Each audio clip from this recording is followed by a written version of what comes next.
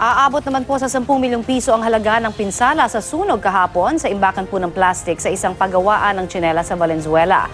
Gumamit pa ng kemikal ang mga bumbero pero para apulahin ang sunog.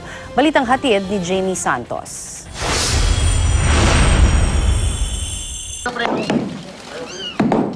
Kinailangan bumutas ng pader ang mga bumbero para gumawa ng ibang daan at mapasok ang nasusunog na imbakan ng plastic materials sa isang paggawaan ng tsinelas sa Baluban, Malinta, Valenzuela.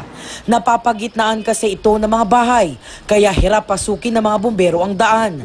Pasado 1:00 ng hapon kahapon nang sumiklab ang sunog sa imbakan. Makalipas lang ang 1 oras, agad itong itinaas sa Task Force Bravo.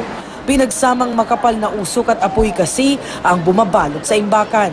Kwento ng mga residente, isang malakas na putok ang kanilang narinig na sinundan ng makapal na usok at apoy.